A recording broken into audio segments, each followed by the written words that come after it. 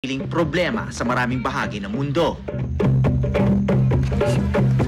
Pero may isang solusyon na matagal na raw handa. Mabuti sa kalikasan, ligtas at masustansya pa. Pero hindi nga lang katanggap-tanggap sa marami. Hindi kasi kaaya-aya sa mata kung ang ulam mo, insekto.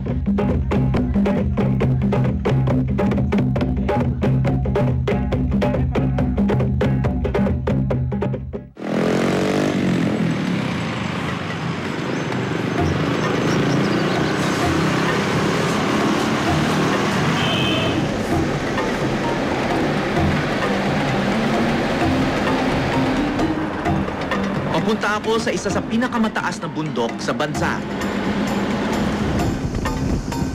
Ang Mount Kalatungan sa Bukidnon. Naroon daw ang isang komunidad ng tribong Talaandi. Pero bago mapasok ang tribo, may kailangan daw akong dalhin. Manukan ni Dadhay. Ito raw ang susi para makapasok sa mundong iniingatan ng mga Talaandi. Magkano ho manok nyo? 50 na boss. Ha? 50. 50? 250 ang isa. Okay. Isang manok po. Oh, Datu. Oh, magandang hapon. Hawi, sinalubong ako ni Datu Johnny Gina, ang pinuno ng tribo at ng kanyang asawang si Yaya sa bayan ng Pangantukan. Diyan ka na. Okay.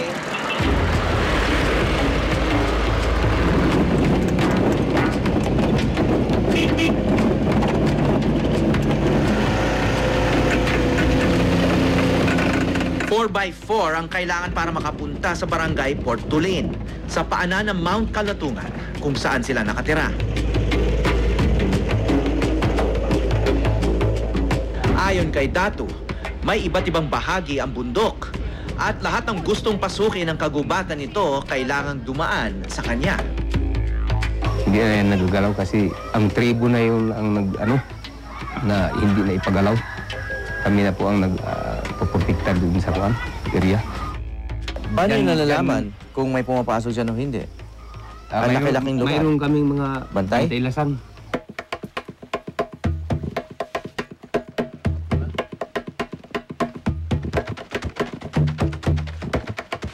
Dito sa Bukidnon, hitik pa sa luntian ng mga tanawin.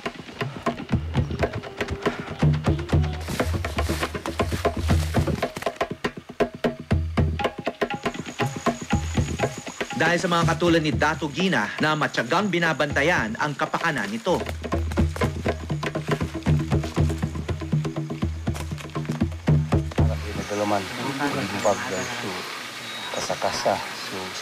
At bawat dayong tulad namin, kailangan munang mag-alay sa mga espiritu ng kagubatan.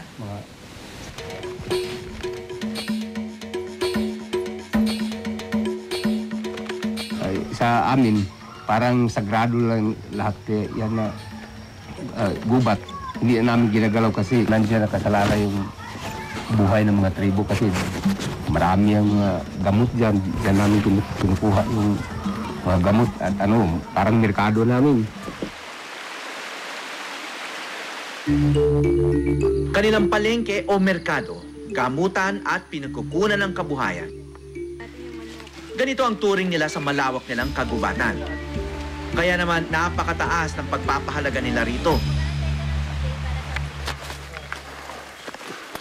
Isinama ako ni Datu sa loob ng gubat para makita ang pinagmamalaki nilang kabuhayan.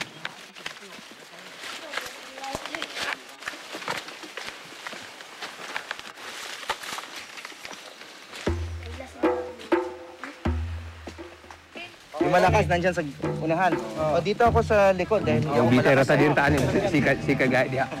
Kaya mo kumbitay rata katuwa. dito ako sa Bugat rata.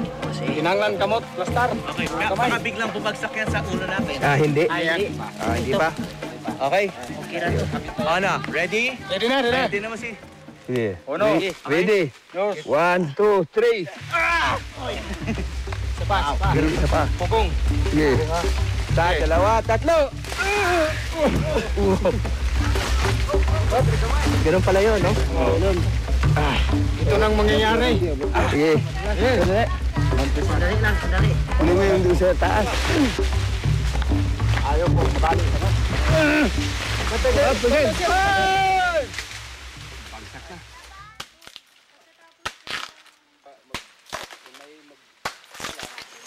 Kung hindi tanggalin ni Kuya itong mga sanga ganito, ito yung mahahawakan namin. Aray!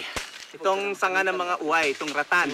May mga parang natural hooks. Mahirap din hilahin dahil matibay yung pagkakapit niya sa puno at saka ang haba. Hindi raw pwedeng isa-dalawang tao lang yung maghila ng mga uway dito. Yung isa mo ilisip tayo kuhaon ba?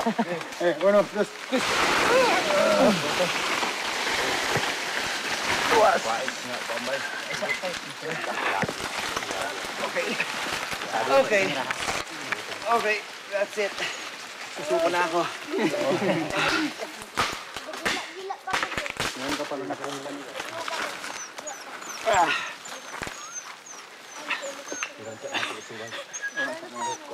Akit na lang ako, muntik na ako mahulog sa bangin.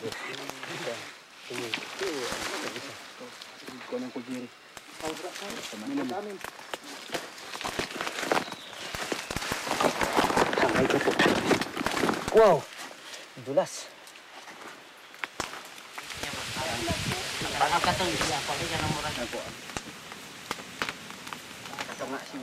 Tinanghali na kami sa pagkuha ng ratan at habang hinihintay maluto ang manok na kinatay sa ritual, naghanap muna si Datu ng pampagana. Kain pa to. Yan? Oo. Ahas? Hindi yan ahas. Hindi, parang siyang malaking butiki eh. Oo. Kalunog. Ang tawag Yung yan. pangalan niya, kalunog. Kalunog. Mm. So kinakain din siya. Oo, kinakain din.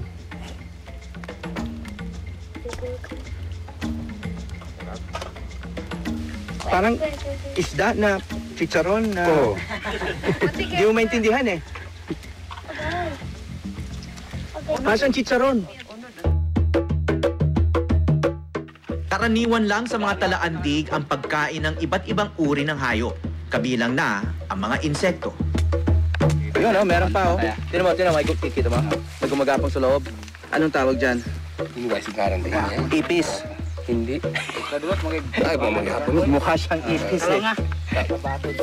Sa tuwing sila ay magtatrabaho sa kanilang mga taniman, isinasama nila ang mga nahuhuling insekto sa kanilang tanghalian sa bundok. Ano siya? Itlog talaga? Itlog. Itlog talaga yan. Langgam. Oo. Patikim nga.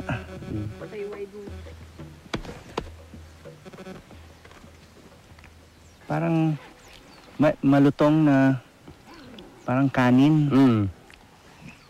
Pero may konting tamis. Mm. May kunting tamis siya. Konting tamis na malutong.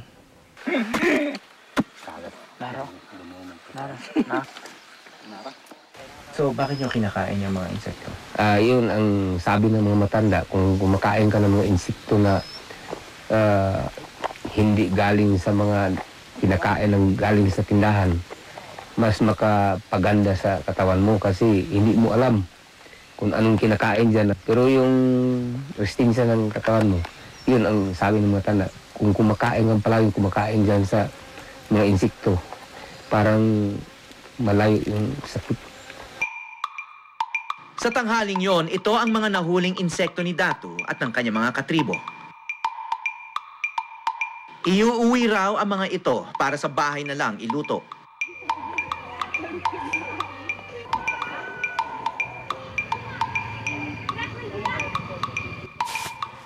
Dating minero si Datu sa bundok na ito. Pero nagbago raw ang kanyang pananaw. Yun ang sinabi na kung magpatuloy yan, mauubos. Sigurado ang mga apo ninyo at mga anak, kayo ang sisihin sa ulihing mga araw. Kasi naubos yan sa pag hindi kayo tulong-tulungan na para maligtas yung mga kalikasan dyan, yung punong kahoy ng mga malaki.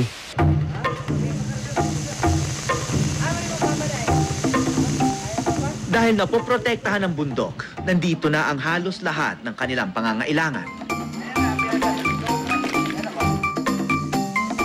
Kasama na ang mga bihira o imposible nating malalasahan. Sa syudad,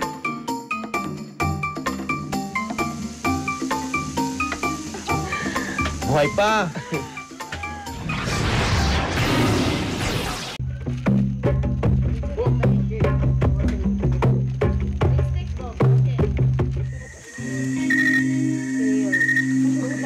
kinagabihan na lamang kung hindi lang pala sa loob ng kagubatan maaring kumuha ng insektong lamang tiyan.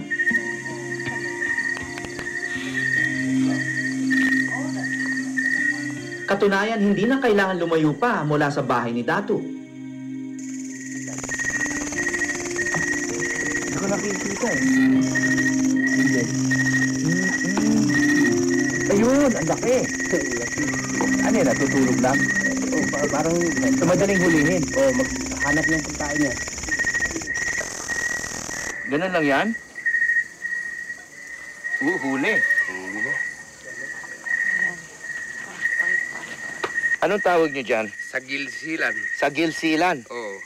Ano yan? Malaking piraso ba to? O malaki. anong kinakain ng tao rito? Ay, yung dito na. Yan. Lahat na yan. Lahat? O, yung Pati yung pakpak? Yung pakpak, alis lang. Yung ulo? Lahat na. Ang mga nakuha naming insekto rito naiiba sa mga nahuli namin sa gubat. Iba naman to. Ayun, limbag yan. Kulay verde. Naka-camouflage pa. Huli. Ayun, laki oh. Maganda. Ang ganda ng kulay. Anong tawag dyan? Ulimbag. Kulimbag. Ulimbag. Okay. Ano naman ang luto dyan? Pareho lang? Oo, pareho. Parang inaadobo lang sila. Iadobo, ihaw. Okay. O yan, may ulam na tayo para mamaya. Meron din ditong makamandag. Ang spider hindi kinakain yan. Parang makapatayan sa kalabaw. Magagat yung kalabaw. Yung tao. Ganun din. Ha? May kamandag yan? Oo, may kamandag yan. Eh, huwag tayong lumapit dyan. Nakita kong napakalawak ng kaalaman ng mga talaandig sa kanilang kapaligiran. Mga kaalamang hinubog ng panahon at pinagpasa-pasa mula sa mga henerasyon.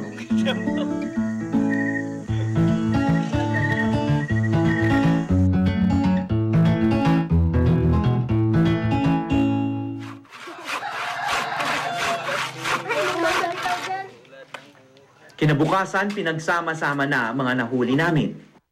So, anong gagawin niyo ngayon, Datu?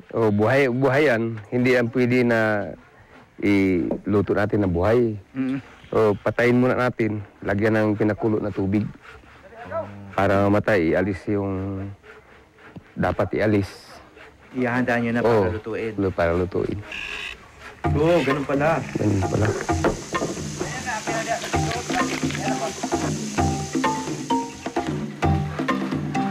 Dami, iba-iba, oh. Yung mga ulo, kinakain? Pwede sana kakainin pero ialis na yung kanya. Parang ano. Oo.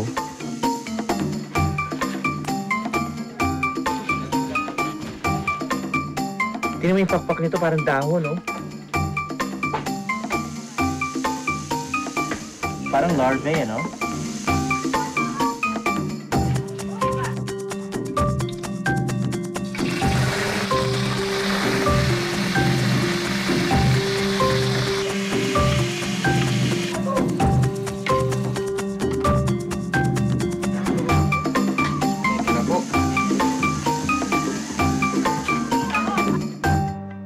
Pagkaluto, mukha ng hipon ang ibang insekto.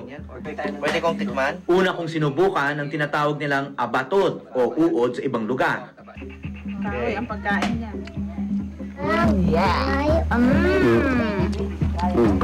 Ulay ato ay tuyo. Kakaiba.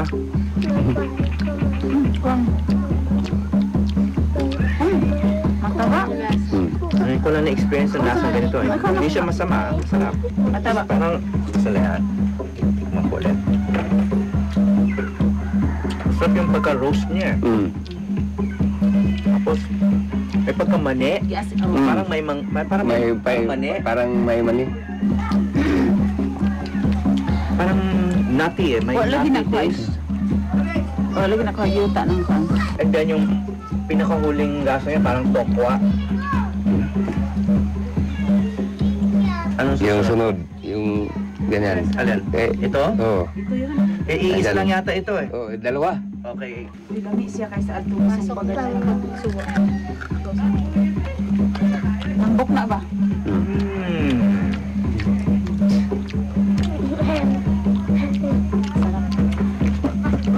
Malinamnam.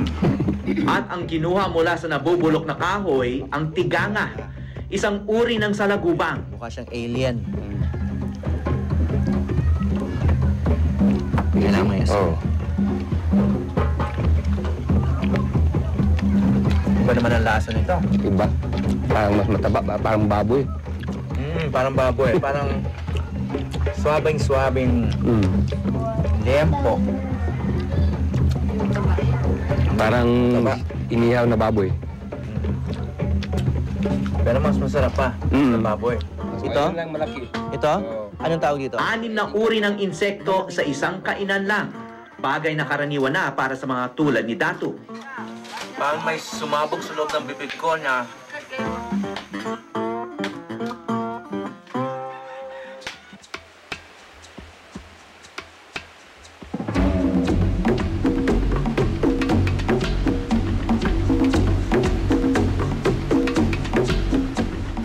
Marami doon sa gubat. Parang palengke yan. Kung gusto kang kumakain ng priskong mga hayop dyan sa gubat, marami pa. Tulad ng ano? Pag may okasyon, na may mga bulok na kahoy dyan sa paano, pag tingin mo, ang dami talaga. Kinuhuli lahat. Kinakain. Yung isda araw-araw yung makikita natin. Yung karne, makikita na natin sa merkado pero pinakain na ng ano-ano na klase ng mga parang makapataba ng baboy pero may epekto pa rin. Pero yung mga insekto, parang nawawala pa yung pananakit ng katawan. May siguro may ano pa, makaalis ng sakit mo na makain mo. Parang special talaga kasi hindi mo araw-araw yan pinakain. Ang paniniwala ni Datu Johnny ukol sa sustansyang taglay ng mga insekto, ang siya ring pananaw ng mga scientificong inaral ito. Sa katunayan, merong ngang tawag ang siyensya sa pagkakain ng insekto, at ito ang entomophagy. Yung component ng kanyang katawan ay kamukhang-kamukha ng components ng hipon, di ba? Favorite natin yung hipon, yung alimango, yun. Ganun siya. At ang sustansyang makukuha mula sa pagkain ng insekto, maihahalin tulad na raw sa sustansyang makukuha sa baka. Meron kasi isang pag-aaral na ginawa si Dr. Barrion tungkol dyan. At ang alam ko, comparably better than some of the common meats natin. Like beef, oo, marami. Di ba ang beef mataas ang cholesterol? So, I think ang insects have lower. Katunayan, meron na ngang sariling nutritional table ang mga insektong nakikita natin sa paligid. Ang mga salagubang o beetle, mataas sa protina at calcium. Ang cricket o kamaru, mataas sa iron, calcium at protina. Samantalang ang mga uod o caterpillar, mataas din sa iron. Ayon pa kay Dr. Adalia at sa iba pang mga sayentipiko, mabuti pa sa kalikasan ang kumain ng insekto. Yung mga insekto kasi kumakain siya ng mga halaman na hindi na natin inaalagaan. At saka hindi tayo nag-exert ng so much effort para sila i-produce. So siguro in terms of yung ecological, yung consequence, yung cost sa environment, ay mas beneficial yung kumain tayo ng insekto. Kasi pag kinain natin sila, una-una, mababawasan yung mga peste na kumakain sa ating halaman. Aba, isang uri ng pagkain na hindi pinapakain o pinagagastusan. Kapag hinuli, nakatutulong pa sa kalikasan. Ginhawa sa kalusugan, malinamnam. Ngunit ito pa ang pinagtitirihan. Ito'y isang serving ng kamaru o inadobong cricket na galing sa Palayan sa Pampanga. Jex, mahal ka namin. Naku, nakikita ko yung tsura, sir. Hindi ko siya takaya. Ayan, okay, si Fanny. Try mo. Oh, insekto. Uy, wow! Try mo ba? Sa'yo na lahat yan.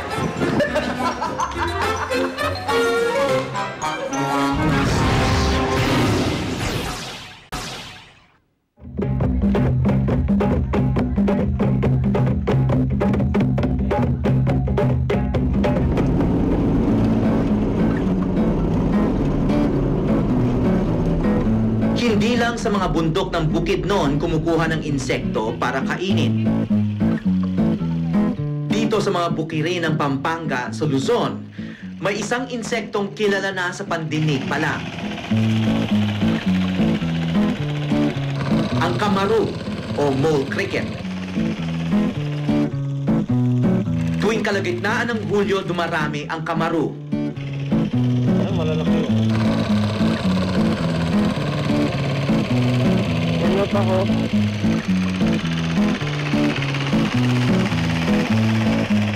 Pero para sa mga maagang nagpapatubig ng bukirin, meron ng ilan na nangunguha nito.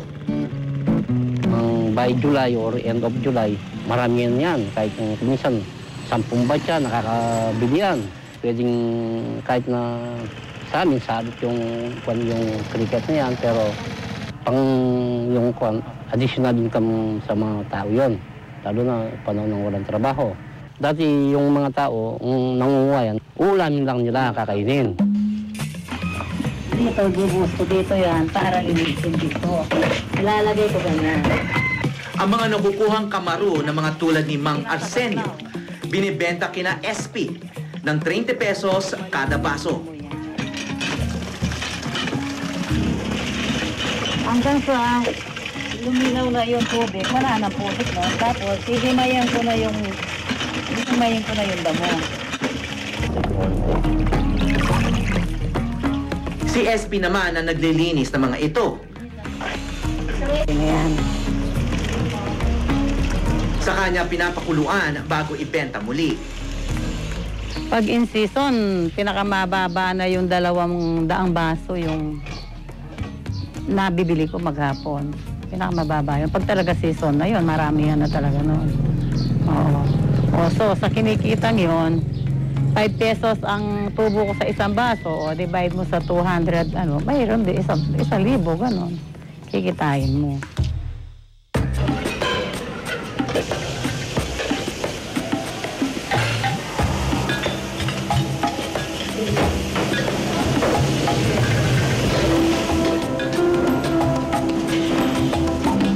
Ang lahat ng preparasyong ito ay para umabot ang kamaru sa mga hapagkainan ng mga naglalakihang restaurant sa Pampanga. Actually, yung kamaru natin, kapag na-serve sa buffet, in a span of 5 minutes, lalo na peak time, lunch time, ubus siya agad. Sa mga syudad, exotic pa kung ituring ang pagkain ng insekto. At tila ganito na ang turing sa pagkain ng insekto noon pa man. Pero noong 1800, yung mga yung mga pamilya sa Apalit, Pampanga, yung mga Aranedo, nakagawa na sila ng masasarap na pagkain, masasarap na recipe tungkol dyan at na-serve na nila sa mga foreign visitors nila. Pero sa ibang mga bansa sa Asia tulad ng Cambodia, laganap at tanggap na ang pagkain ng insekto. Bahagi na ito ng kanilang kultura at inilalako lang sa mga bangketa. Dito naman sa Pilipinas, may ilan ang sumusubok baguhin ang pananaw na madla. Sa Mindanao State University sa Marawi, taunang ginaganap ang Insect Eating Festival. Tampok nito ang iba't ibang luto na may insekto at insect eating contest na dinudumog ng mga estudyante. Ito'y isang serving ng kamaru o inadobong cricket na galing sa palayan sa Pampanga. Ayan, okay, si Pani. Try mo! Insekto! Try mo ba? Yes, sa'yo na lahat yan. Ano, free taste? Adobong cricket. Ayan. Okay. Oh, ikaw naman. Oh. Bakit tumatakbo? Pero papatok kaya ito dito sa Maynila? Susubok ng kamaro. Cricket. Oh, sige, bakit ayaw mo? Si Jex, mahal ka namin. Naku, nakikita ko yung tsura, sir. Hindi natakaya. Tingin ko dyan cultural, no? Hindi tanggap ng maraming Pilipino ang kumain ng insekto.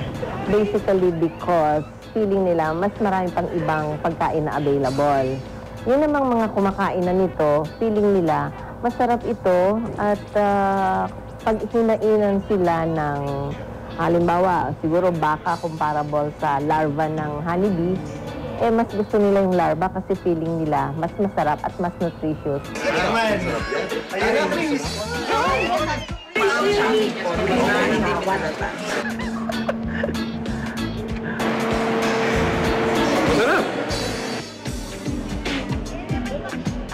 Meron namang matagal ng bukas ang bibig sa mga kakaiba.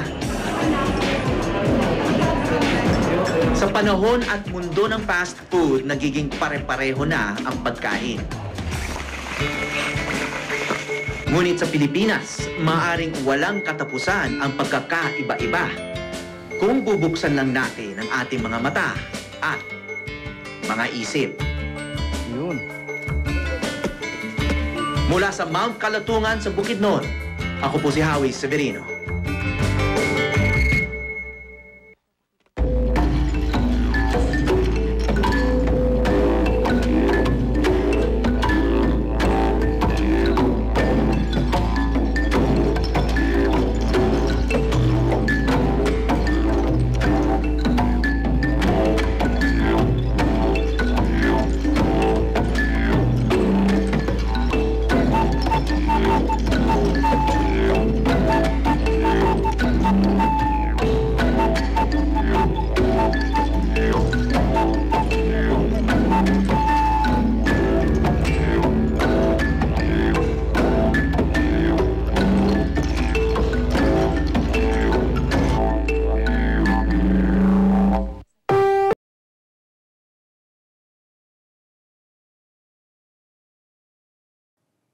Maraming salamat sa pagtutok sa Eyewitness, mga kapuso. Ano masasabi niyo sa dokumentaryong ito? I-comment na yan at mag-subscribe sa GMA Public Affairs YouTube channel.